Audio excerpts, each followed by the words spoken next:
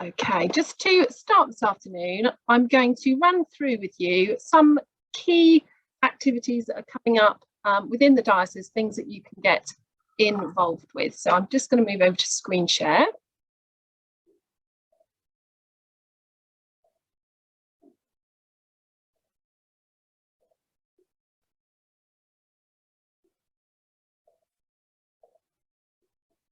I can't seem to get it to go into presenter mode, which is very annoying. Let me just try that again.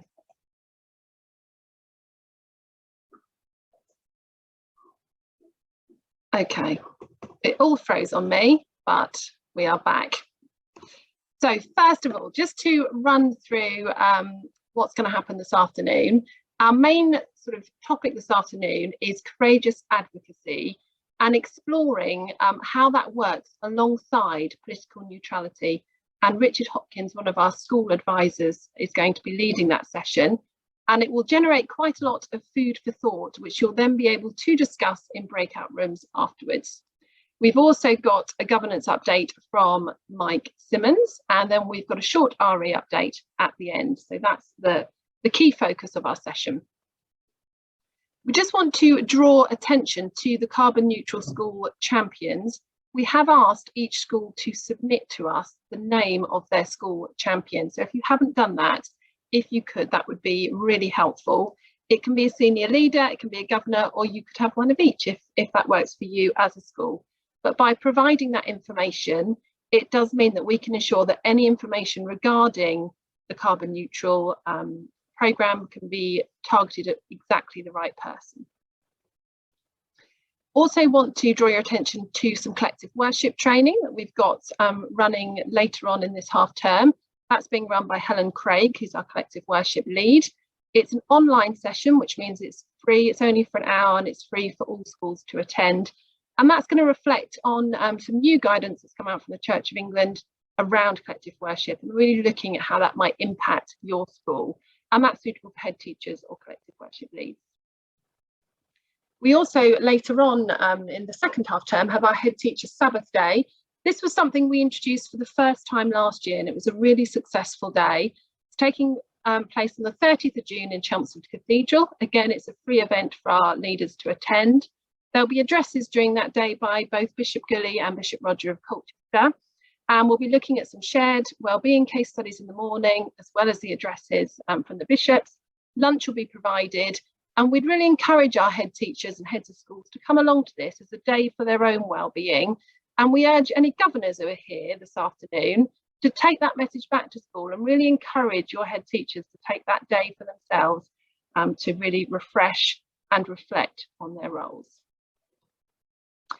We will also be running our church school leadership course in 22-23. This has been a really successful course. The cohort for this year has just finished and it was really impactful. We focus on all sorts of different areas, but it's predominantly around leadership of church schools, and it looks at current thinking in church school education. We do some work on personality profiling and the impact that that might have on your leadership. We also look at how to integrate personal and professional life, and many more things are covered. It's a course that's perfect for either current or aspiring school leaders. So we have a whole range of people who attend, from people who are already head teachers to those who may have just recently become an RE lead, a head of departments, a deputy head, assistant head, heads of schools, all sorts of people attend. It's slightly longer than some of our other courses because it does involve 2 24-hour residentials and 2-day seminars. So there's a greater commitment to it. It's held at Highley Conference Centre, and we actually run it in partnership with the St Albans Diocese. So it's a brilliant opportunity to network with colleagues from another diocese as well. The cost is £750 plus VAT, but there is grant funding available. So a third of that cost can be sought back from the grant funding. If you want further information, that's all on our website. If you go to our courses tab, there's a separate page for church school leadership, and that includes the application for applying. The date to apply by is later on in May, so if schools are interested, you'll need to get moving with that. And then finally, I just want to remind everybody about the Church of England MPQ programmes, which are being offered free. Our partners for that are the Saffron Teaching School Hub, and they are running all of the MPQs that you can see on your screen there, they are still fully funded. So if you have leaders within your school who would be interested in those, do make the most of them while they're fully funded. It's a mixture of virtual and face-to-face teaching. If you're not necessarily interested in the MPQs, but you are an experienced head teacher, they are looking for coaches and facilitators. So if any of our heads out there are interested in following that up, please do drop me an email and I can put you in touch with Doug, who is leading on that area. Right, I'm going to stop screen sharing. Brilliant. And I am going to hand over to Richard, who is going to take us through courageous advocacy and political neutrality. Great, thank you. Thank you so much, Carrie. Lovely to see lots of old friends on screen and one or two new ones as well. So hello to everybody. I'm just going to share my screen. If you just bear with me a second while I do that.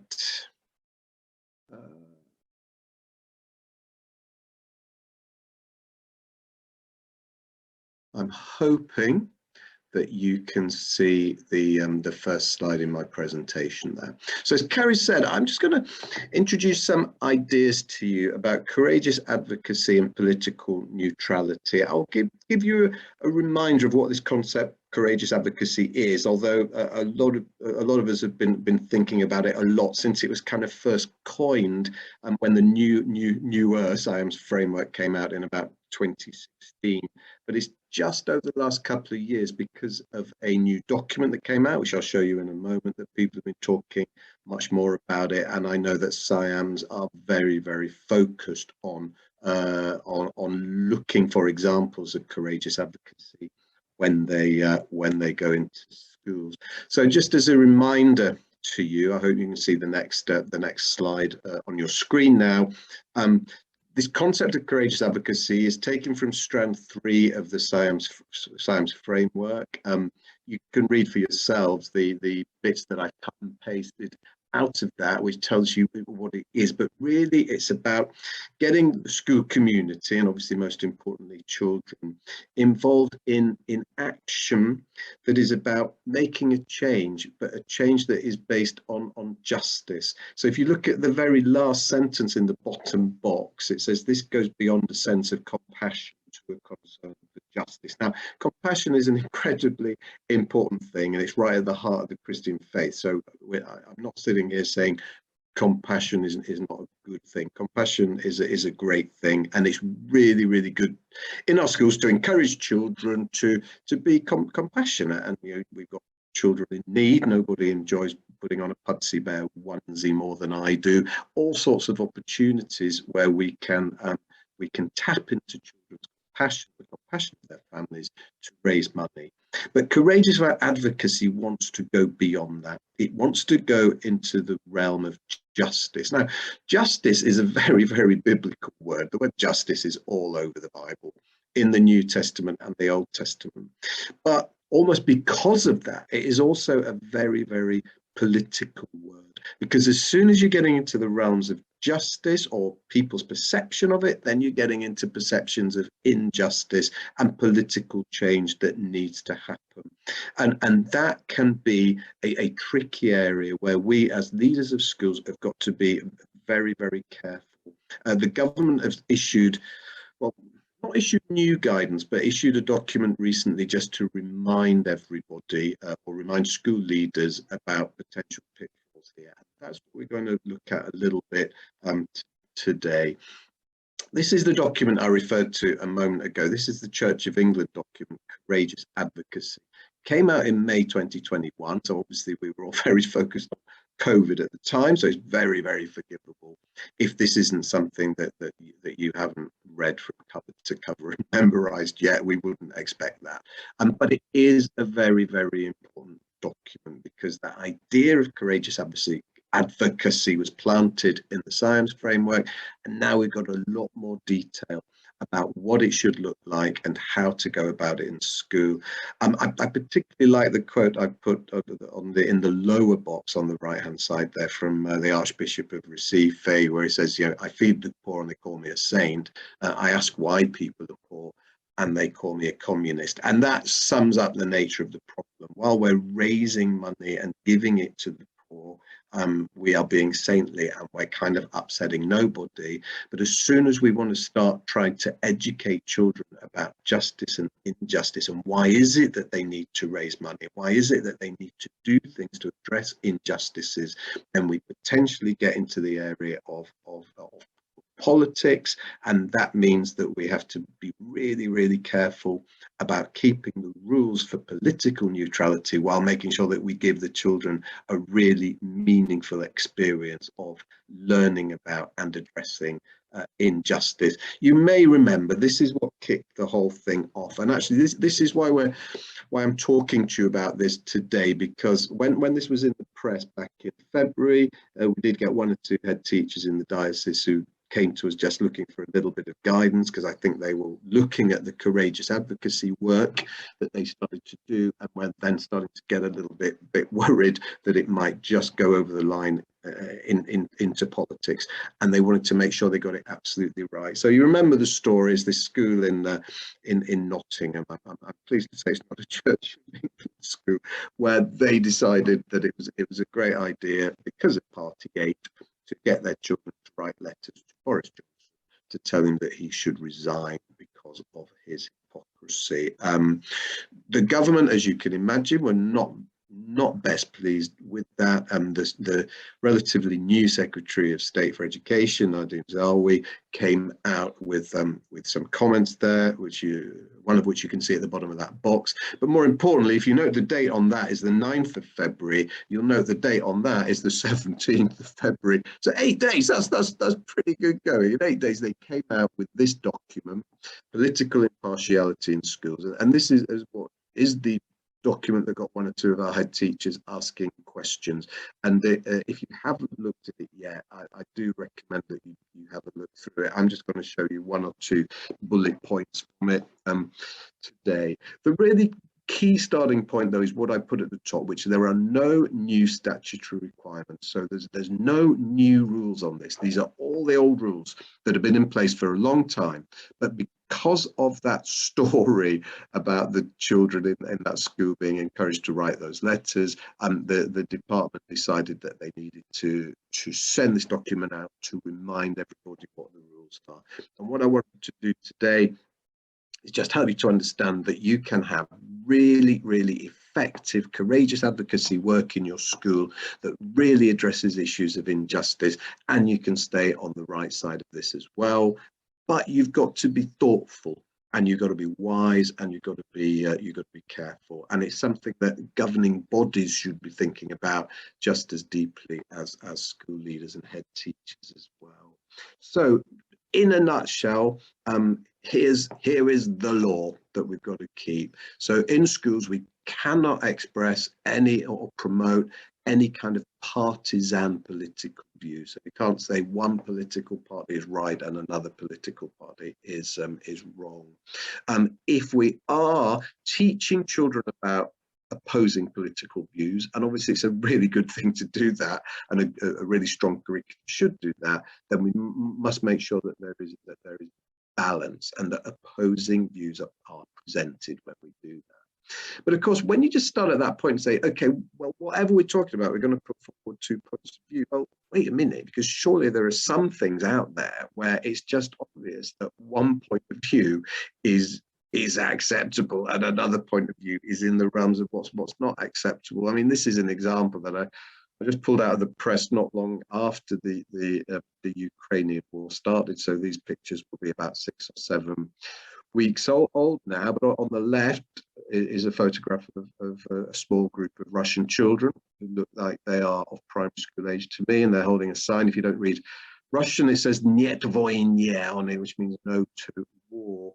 Then on the right-hand side, you've got an example of some children, terminally ill children in a home for terminally ill children, where the person in charge thought it was a great idea to get them all out into the snow, even though they're terminally ill, to make the letter Z sign, which I'm sure we all know has taken on a very particular pro-Russian significance, to send up a drone, take a photograph of it, put it on Twitter, to kind of have to say that both those things are equally valid and one is no better or worse than the other is clearly just not a sensible place to be. And it's something, you know, I mean, the thing on the right just absolutely disgusts me, whereas the thing, sorry, but the thing on the left really, really impresses me. That really is courageous advocacy. I hope we're not going to encourage children to be courageous in their advocacy that they end up getting arrested. But those children were arrested. I mean, they were processed and released, but nevertheless, that's a traumatic thing of that age to have to go through. So therefore, yes, we've got to give a balanced political point of view, but surely not every point of view is of equal moral worth. Now, that's where this helps us. This is something we were all thinking about this an awful lot 10 years ago. I know a lot of us still think about it because it's still there in the law. That's why it's in the document. That's why I'm reminding you about it now. And actually, while at points in the past this could have seemed like a bit of a chore, it actually really, really helps us here because we only have to present a balanced two-sided debate where both sides of the debate kind of sign up to these principles. But if you've got one group of people who sign up to these principles and operate in keeping with them, and another group who doesn't, then it's perfectly acceptable to say that within the law that we operate in, the side of the argument that believes in these is stronger than the side of the argument that doesn't believe in those things. So we've always got those things to fall back on. Okay, so really remember those because they are our friends. While we think about this, though, this is another kind of almost a throwaway comment in the document, which on one level to us in Church of England schools can seem like a blessing, but on another level it can be a challenge. So remember, in our Church of England schools, they are not faith schools, they are not Christian schools. Our schools are in law these schools which are called designated with a religious character. Okay, that's what Church of England schools are.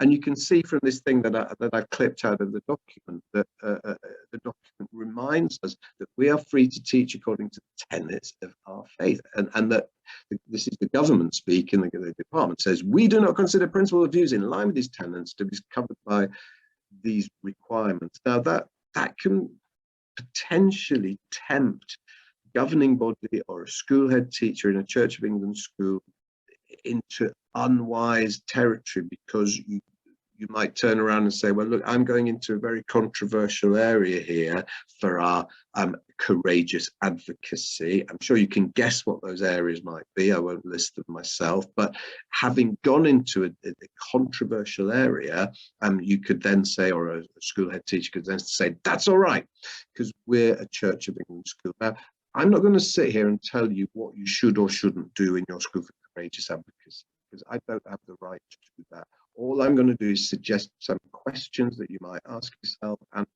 and also to ask you to be wise in the way that you think about this. And if you exercise wisdom and you ask yourself the right questions, then you won't get too much hot water. But of course, something like this, when you're talking about the tenets of the Church of England, the Church of England, as the established church, is a very broad church, and there are lots of tenets in it, and you could argue that some tenets contradict other tenets, and so on and so forth. So yeah, if a school leader wants to justify doing something or doing a courageous advocacy project focused on something very controversial, then yeah, they're at liberty to justify that using this line of argument. But you've got to be ready to do that if that's what you choose to do, and you might find that you get into hot water by doing it, because not everybody might interpret that comment in the same way as you. But nevertheless, I feel it's only fair that you as leaders in church schools know that comment is there. Now, as well as having these difficult opposing political points of view, the document does refer to these things shared principles, and these shared principles are very much our friends when it comes to thinking about projects for courageous advocacy in our schools. Again, I don't need to read that box to you.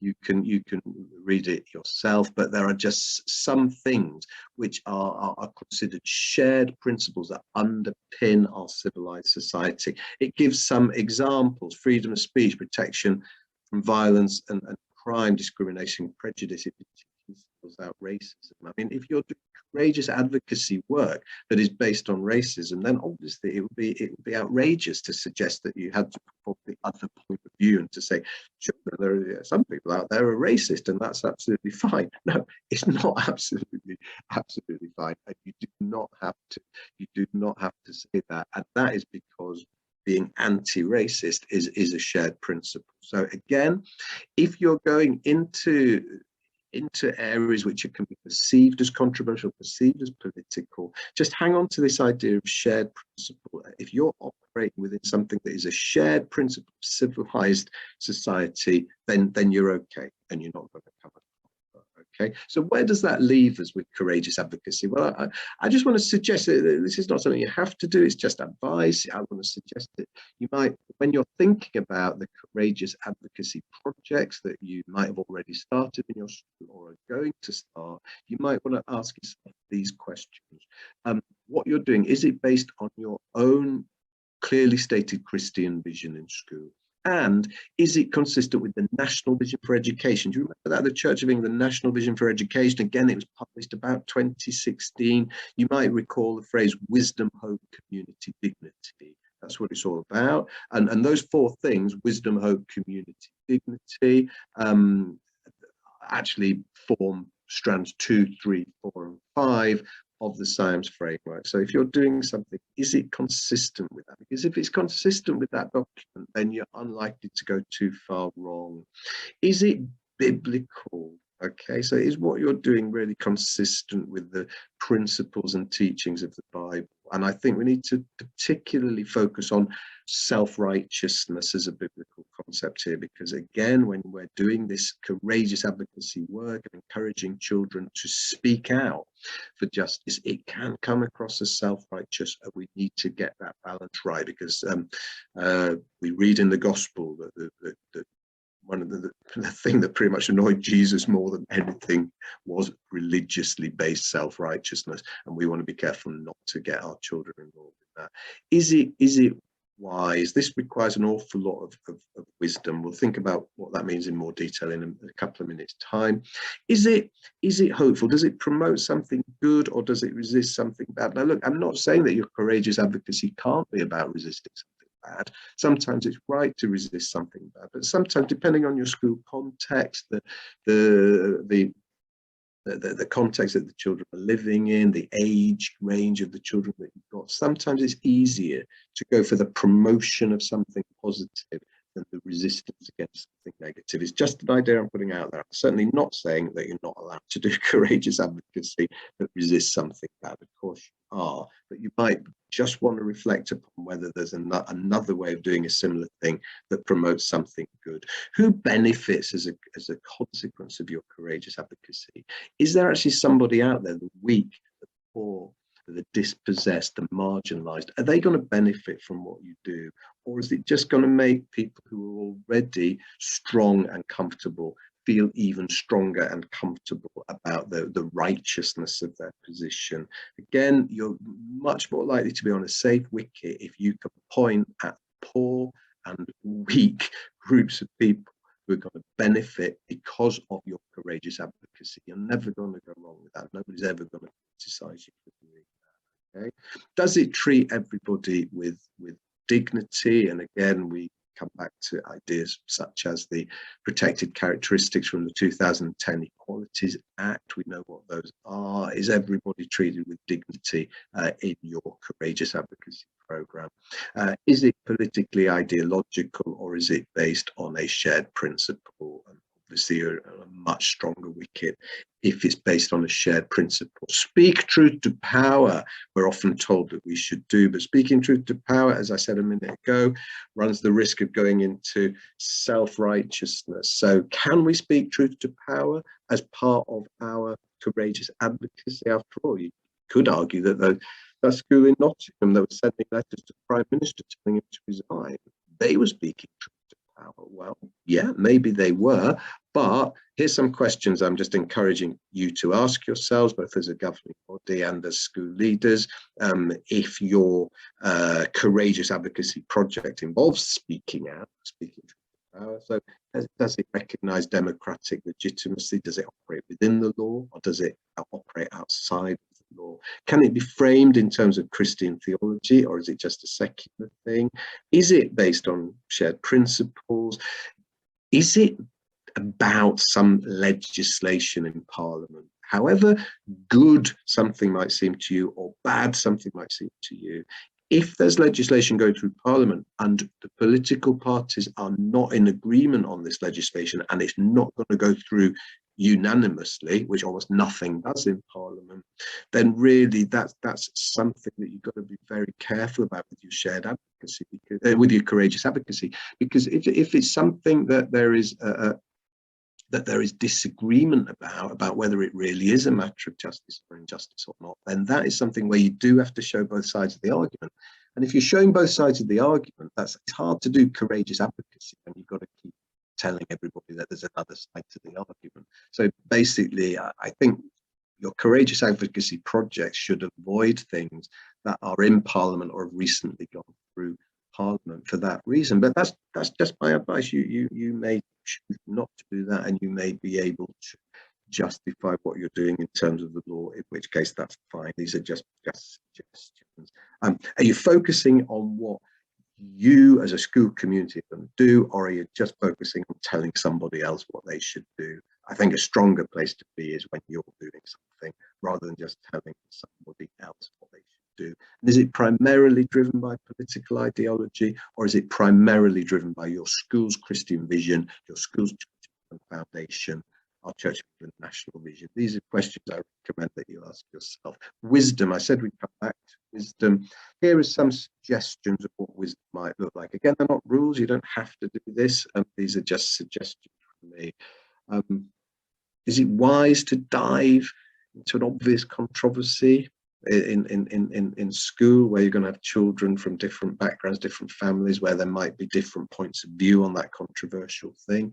You may feel strongly that you just have to do it, in which case, of course, do it. But is it wise is a question you should ask yourself. Are you focusing on something full of hope or something full of despair?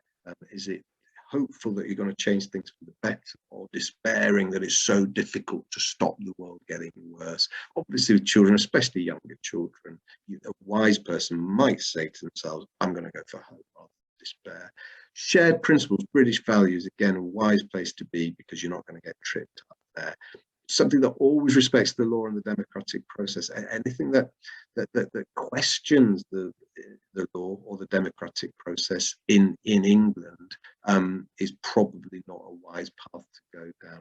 Are you able to explain what you're doing in terms of your Christian vision, the national vision, and the Bible? That's important to be able to do that. If you can't do that, then again, maybe it's not the wisest thing to choose. Who is transformed? Is it poor or the rich? Is it the loud or is it the weak who are transformed? If this is going to transform the poor and transform the weak, then it's probably a jolly good thing. If it's just going to make loud, strong, rich, comfortable people feel even more secure in their position and in their opinion, then is that really something that you're going to want to burn up a lot of energy on? Maybe not. Take the log out of your own eye before you take the speck of dust out of someone else's eye. Really not doing our pupils any favors at all if we encourage them into the world of self-righteousness, and let's not be driven by secular ideology. Okay, I'm nearly finished. Just going to put out there one or two examples of people that we think about sometimes when we're thinking about courageous advocacy, and when we're thinking about maybe what we say in worship, about issues and about people, and then issues that we might want to build a courageous advocacy project around. So yeah, here's someone that is definitely somebody that children should be encouraged to know about, because she's somebody who's made a big difference globally. She started making that difference when she was just a school child. No one can accuse her of hypocrisy. She walks the walk as well as talking the talk. But I'm just put, as you've probably had a quick chance to read through already now what I've put on the screen, but I just put it up there because it's just worth being aware that strand 4 of our science framework talks about forgiveness, living well together, reconciliation, and Greta's got something to say about forgiveness as well, which is in the box down there. Now, therefore, am I saying that we shouldn't be talking about Greta Thunberg in school? Absolutely not, absolutely not. But if I'm saying everything that we do should be consistent with our Christian vision, those kind of views are not consistent with a Christian vision. That's fine. Greta doesn't have to be a Christian. She can hold whatever points of view she likes. But when you're bringing her into school, just be conscious that maybe the situation is a little bit more complicated than we first realized. Extinction Rebellion, Insulate Britain, there they are. I notice on the left-hand photo, the chap third from the right is wearing a dog collar, which I do find most interesting indeed. And this is something that they feel very strongly about. It's related to the environment, which we all feel very strongly about, and we spend a lot, and children in our school really do feel strongly about it, and quite rightly so, because they've got many decades ahead of them where they don't want to have to deal with this. So yeah, this is an important issue, and here we've got a group who bring it to our attention. So should we be supporting this group in our courageous advocacy? Should we be saying, should we be praising this group that we talk about these issues in our curriculum or in worship? Canning Town Railway Station, October 2019. I remember it well. Back in October 2019, I was head teacher of a school not a million miles away from Canning Town Railway Station. When I saw this on the news, I did think of the Magnificat, Mary's song, when she learns that she's to be the mother of Christ. You filled the hungry with good things, the rich is sent empty away.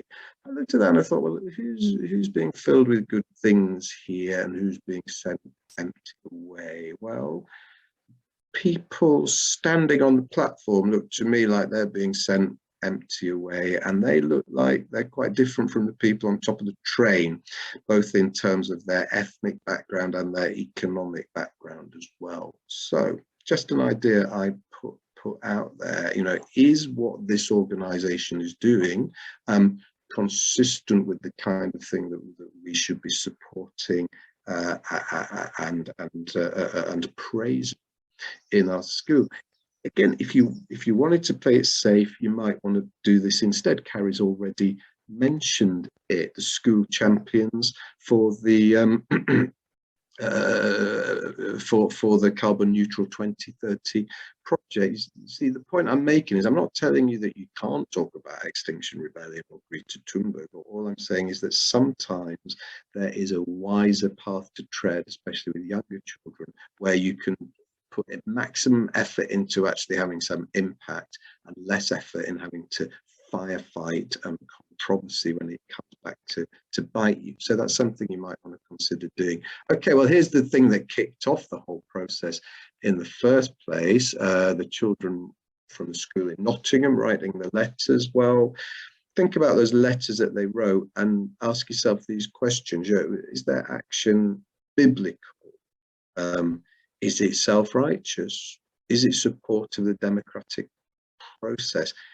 Are the poor going to have their poverty alleviated because of writing those letters? Is it an act of hope or despair? If you were to do such a thing, would it fit in with your Christian vision? Would it be consistent with the national vision for education? I think they would be good questions. If I'd been working in that school, they are questions that I would have been asking myself before going ahead on that particular project. I must confess, but they're questions that you might want to ask yourself as well. If you wanted to choose the less controversial option, then there are less controversial options to choose where maybe you might have more impact as well. All sorts of people have suffered in all sorts of ways because of COVID and because of lockdowns. There's a lot of work that we can do and that we can encourage children to do to support those people who've suffered as a consequence of COVID-19 and the measures taken to deal with it. Marcus Rashford, here's somebody, a young man that I admire enormously, even though I'm very much not a Manchester United supporter. But I admire him enormously because he's a young rich man who engages with politics when he doesn't need to, because he's sufficiently wealthy to be perfectly comfortable. Thank you very much. But he nevertheless engages with politics, and he sets a good example to other young people for engaging with politics. But if you were to, the Courageous Advocacy project that was built around supporting Marcus Rashford, or if Marcus Rashford appears in your curriculum, or you talk about Marcus Rashford in your worship at any point. Now, please don't get me wrong. I'm not saying that you shouldn't do that. I'm not saying he's a bad guy. Far from it. He's a great guy. I admire him enormously. But remember that when he's out and about expressing his political opinion as a private citizen, and just as you and I, when we're out and about expressing our opinion as a private citizen, we are not constrained by the law that applies to us. And he's not constrained by that law, which we would be if he were in a primary school. So with the lobbying that he did, I'm sure you remember what it was about. It was about extending the provision of free school meals during COVID lockdowns. Is it based on a shared principle that nobody should be hungry, or is it based on a political issue which was about benefits policy and how benefits are distributed? Is it something that everybody agrees? Does everybody agree that what Marcus wanted to do was a really good thing, or was there legitimate disagreement in Parliament? Well, at the time, there was legitimate disagreement in Parliament. So therefore, how do you deal with something like Marcus Rashford, who's almost kind of a secular saint these days, but yet at the same time operate within the law for political impartiality? Maybe there are wiser ways of dealing with hunger and helping children to have a courageous advocacy project that addresses hunger, such as Colchester Food Bank or other local food banks. I'm nearly finished now, but Ukraine is a very, very interesting one. We haven't got time to drill into it in detail, but it is a situation where we have conflict. Often in conflicts, it's complicated, and often it's difficult to say that one side is good or one side is bad. Almost what's a challenge for us in schools about this war is it's been an awfully long time since there was last an example of a conflict where one side has very much on the moral high ground and another side is very, very much on the moral low ground. Should we really be telling children that both sides have got a legitimate point of view? I don't think so. But yet, how can we do this in a situation where you may well have Russian families in your school? The last school I was head teacher, I had Russian children in the school. It must be pretty difficult dealing with this in school in a way that doesn't make them feel very, very upset about the whole situation. Can I just flag this up to you? I've only got a couple of minutes left. This is a really excellent thing that the diocese is doing, not through the education channel, but through the Main Street Church. But it's something that schools can get involved in. I know about it because I'm on PCC in my parish in Dedham, and it's something that we're doing. And I did notice when we were filling in the form recently for this, one of the questions is, does your local school have spaces for children if you take Ukrainian refugees into your community? So there's definitely a link with schools.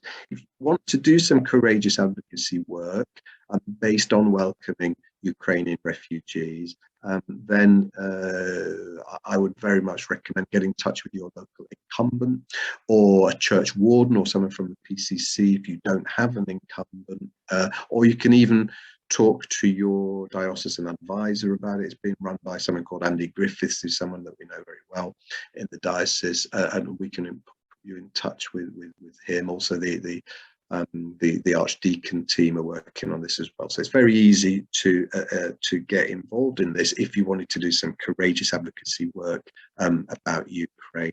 Citizens UK, and it has local chapters, they call them, both in Essex and in East London. They offer a broader package to encourage, to support schools to develop really effective really effective, courageous advocacy. I'm hoping that someone from Citizens UK will be able to talk to us about that in one of our sessions in the next academic year.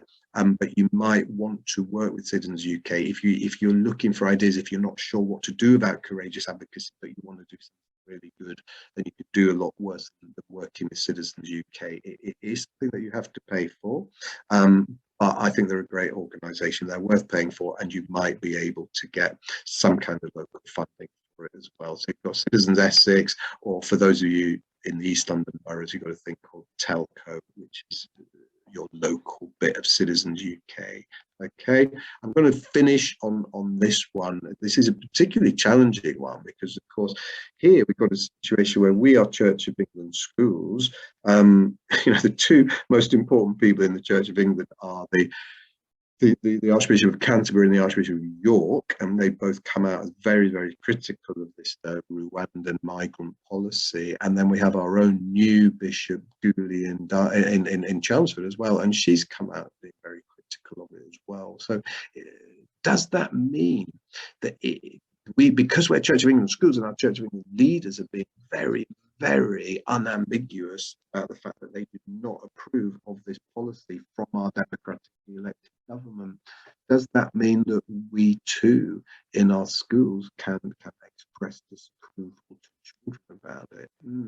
That's an interesting question. I'm not going to give you the answer to that. We're going to go to breakout rooms in a second, and that might be something that you want to pick up with there, thinking about the questions and the issues of wisdom that I've tried to suggest to you today to decide whether or not we should be addressing this issue in those terms in school. But you can think about the role of Greta Thunberg in your curriculum or your courageous advocacy. Marcus Rashford, you can think about how to deal with the Ukrainian war in school. You can think about how to deal with this Rwandan immigrant policy. I mean, I think there's enough material there that would keep me busy for an entire evening in the pub, to be honest. And Carrie's just going to give you 10 minutes, but there's some things that you might want to get your teeth into there to discuss with each other in your breakout room. So thank you for your patience, and I'm going to hand back to Carrie now. Thank you. Thank you very much, Richard. There is definitely plenty to think about and to reflect on regarding this.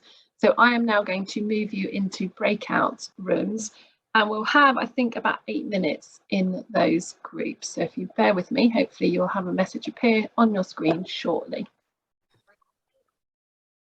Excellent, thank you. Welcome back from your breakout rooms.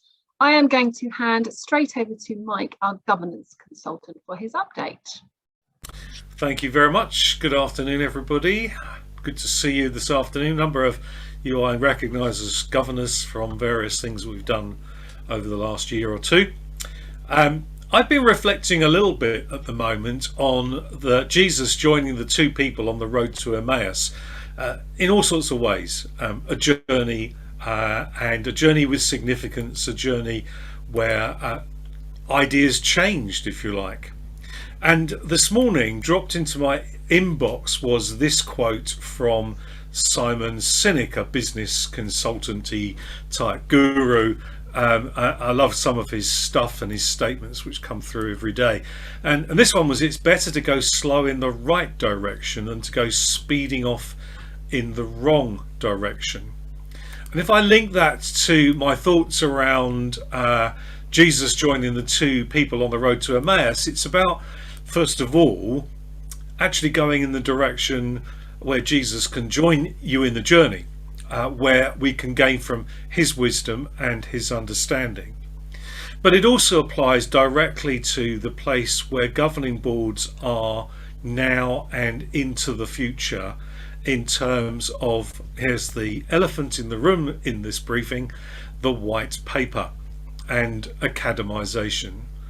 There is no doubt that we are on a journey that we need to be reflecting on, not necessarily, this month, even this term, but we will need to re-reflect whatever our position has been in the past, in the future.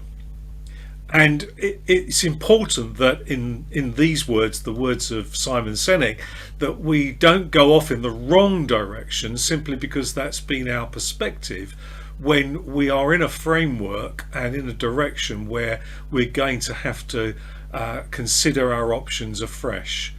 And it's just to say that as a diocese, we are here to support you in that process, not to direct you, but to enable you. So please, as governing boards in particular, but also head teachers, do what it is, what you can to be in touch with any or all of us, well, probably not all of us at the same time, to give you that support in the journey that you're going to have to consider afresh. But this afternoon, in my few minutes, I wanted to also draw your attention, and some of you were on the launch of this, to our new head teacher recruitment pages on the website. We've launched a new document that will help you in the process of appointing a new head teacher. Now, I'm not for a moment suggesting that anybody has to leave because we've produced this, but it's useful and important to know it's there if and when that context arises, because the most important strategic thing that a governance board can ever do is appoint the right head teacher to lead the school in the future, in the next era of that school. This document gives you a lot of help in understanding the process and so on. So on the page you will get the opportunity to download the recruitment pack, which is a PDF document with 26 pages. It sounds quite big, but each page is quite short and goes through the process and leads you through the process of appointing the head teacher. So do note, bookmark this, be ready to go for it at a time when that becomes necessary. On the web page, though, we have quite a lot of additional documents. So we have some advertisements, some job descriptions, person specifications, timetables for the interviews, interview tasks and activities, interview questions, collective worship, observation record, prayers including one for collective worship, so the children are involved, and a shortlisting grid. We may well add to this over time so that there is plenty of material for you to draw on. Please note it's not there for you just to download and use, but to inform the development of your own documentation with the support and advice of your diocesan advisor. And it's important to notice right now that in the recruitment context, the diocesan advisor needs to be involved in the discussions with you from the very start. They're not there to tell you what to do. They're not there to vote and to make the decision, but they are there to advise you through the process and on the day of the interview, etc. So do please make complete available to that. There is a note there about multi-academy trusts. They may have their own processes, but this document will still apply in many ways, except you need to look at how the MAT works in this particular area. So that's our new head teacher recruitment pack. You can listen and watch the website, or sorry, the video of the launch event we did a little while ago, if that's of interest to you. It's only 23 minutes. I'm afraid it's all me, so that may stop you even going to it, or you may find that's really useful. Okay, I'll finish up with just talking about the training that we have ahead. So we start with, well, that's today, the governance chat every month during term time on the first Friday of the month. So the next one is on the 6th of May. Then we have a break for half term, and we'll be back on the 1st of July. So 2 more governance chats this term. Those who come to them seem to really appreciate them, so do feel free to sign up on the website and join in on that day. The other one that I'm leading, there is a SIAMS one, as you can see, which is really important to note if you're in the window or going to be in the window in particular, is Keys to Head Teacher Performance. I'm going to be leading this on the 19th of May. This is an important time to be preparing for the annual appraisal and setting of objectives for head teachers, some at the end of in July, just before the end of term, and others in the early autumn term. And what I'll do on that session is to lead through a number of principles and processes and show how that process can be effectively managed within a church school. So if you're on the panel, or you can pass this information on to the panel that will be undertaking that task, I'd love to see people from across the diocese sharing in that session and being helped to be effective in that process when it comes around. And finally, we're here not simply to help you with training, but also where there are challenges or issues or things that you need to know, or opportunities to be engaged with your governing body to help you move forward. So do be in touch with me, and I look forward to being able to serve you and work with you this term and into next year. Thank you very much for listening, and I'll hand back to Carrie. Thank you very much, Mike. Ruth, an RE update. Good afternoon. Thank you for your time this afternoon, and a very brief RE update. As you know, we're a diocese that encompasses 8 different syllabuses, so my first points are very generic to all of us. Regarding religious education, how familiar are we all with religious literacy? Is there a shared understanding as governors, as head teachers? That religious literacy being that informed, balanced conversation about religion and belief.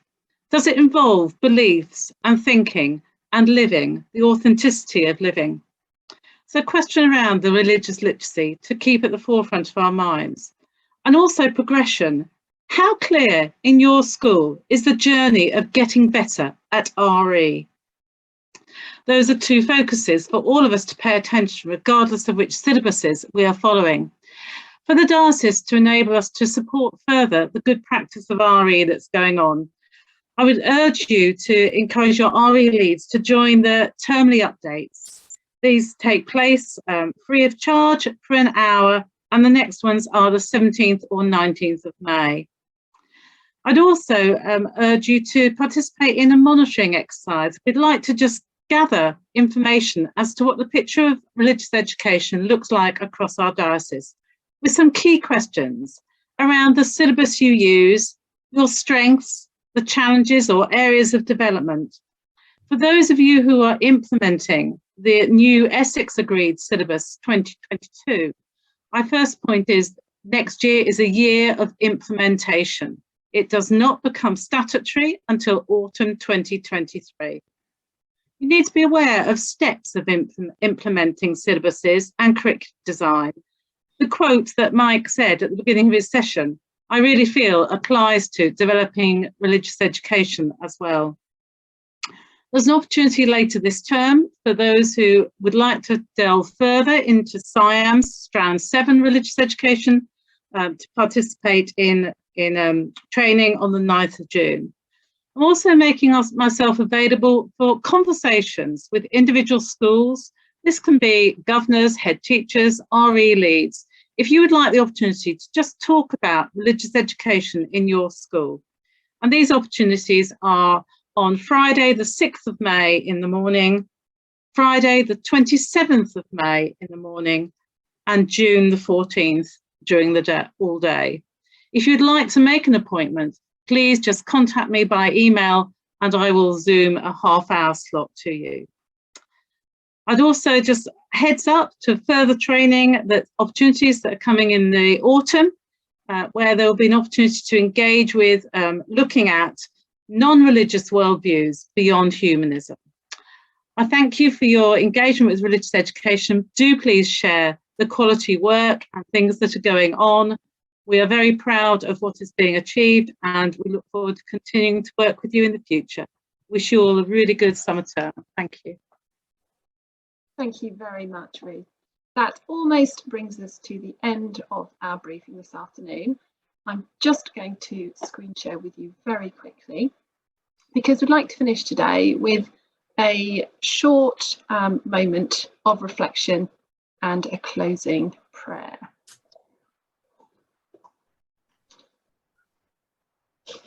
Almighty and everlasting God, you created an abundant world in which we might thrive. May we in turn look to create flourishing cultures where children can learn effectively, where staff can develop meaningfully, where we can lead purposefully. Help us, Lord, we pray. Our Lord and Saviour, Jesus Christ, you came to earth to bring healing and reconciliation. May we in turn look to create peace-filled cultures where children can feel safe and secure, where staff can build positive relationships, where we can draw communities together. Help us, Lord, we pray. Holy Spirit, breath of God, you flow through us to enable life and hope in dark places. May we in turn look to create life-giving cultures where children believe they can succeed, where staff awaken their creativity, where we can transmit hope instead of despair. Help us, Lord, we pray. Amen. Amen. So that is the end of our briefing. Thank you very much for attending. It's super to see so many governors amongst us as well this afternoon. Please do remember that we are all here to support and work with our family of schools, so don't hesitate to get in touch with your school advisor or anybody on the team if you need any advice or support over any matter. In the meantime, we wish you a lovely evening, a great rest of the week and a brilliant summer term. Thank you very much. Thank you. Thank you. Thank Thanks you. very much. Bye. Bye-bye.